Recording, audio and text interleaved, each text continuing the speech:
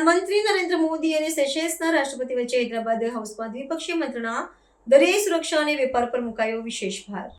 ભારતના પ્રધાનમંત્રી નરેન્દ્ર મોદી અને સેશેલ્સના રાષ્ટ્રપતિ પેટ્રિક હર્મેની વચ્ચે નવી દિલ્હી સ્થિત હૈદરાબાદ હાઉસ ખાતે મહત્વપૂર્ણ દ્વિપક્ષીય બેઠક યોજાઈ હતી.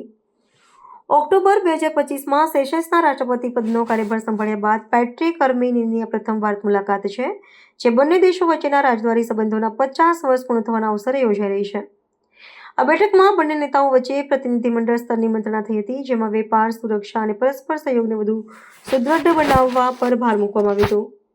આ મુલાકાત દરમિયાન હિન્દ મહાસાગર ક્ષેત્રમાં શાંતિ અને સુરક્ષા જાળવવા માટેની ભારતની વિઝન મહાસાગર પહેલને કેન્દ્રમાં રાખવામાં આવી હતી. રાષ્ટ્રપતિ હર્મેનીએ આ પહેલને સંપૂર્ણ સમર્થન જાહેર કર્યું છે અને ભારતને એક વિશ્વસનીય દરિયાઈ પડોશી ગણાવ્યો છે.